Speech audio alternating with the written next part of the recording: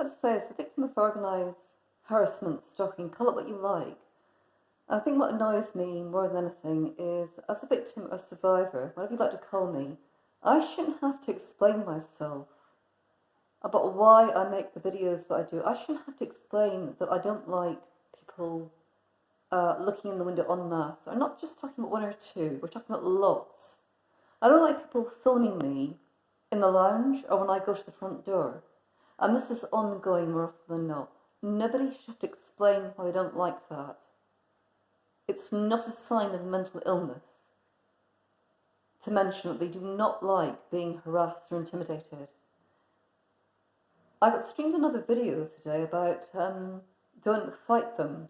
And when I watched it, it was quite interesting, quite telling that these perpetrators decided to stream this video to me. It was, it's all inside your head, really. So everything I film and everything I observe is all inside my head.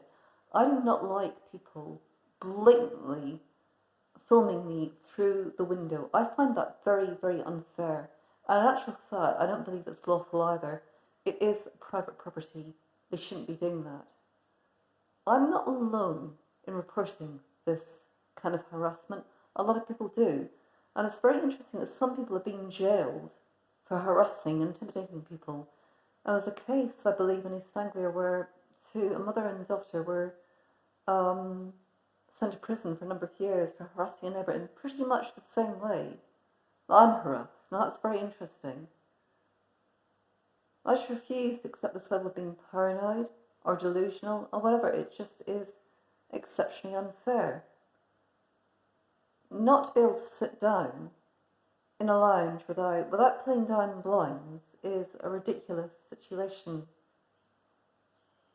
And also to mention that the cars that are run up and down the road, that are driven very dangerously, but they're driven in such a way to create noise, and stereos blaring out, tooting up the horn, all sorts of things go on.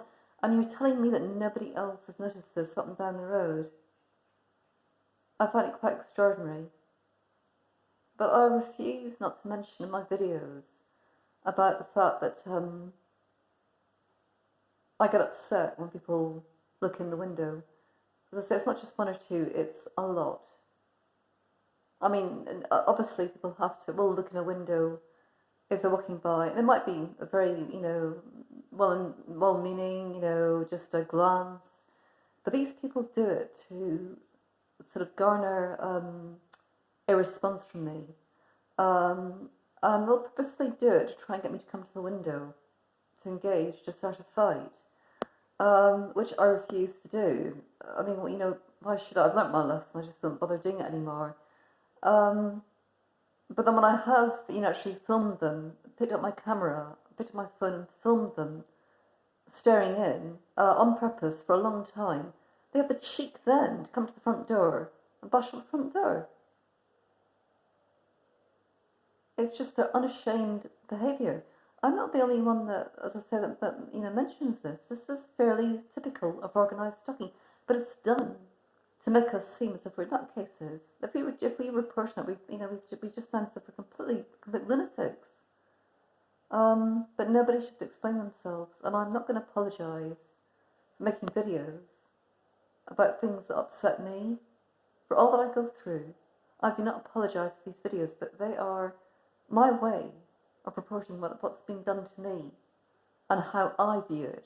And I view much of the intimidation of people around about the Peatmore area as being ridiculous. It really is. It has to stop. It isn't welcome. I wouldn't dream of coming up to somebody's window and staring in, and I just wouldn't do that. I think people have to learn that they have to leave others be and get on with their own business. I think that's my advice to the regulars that do this.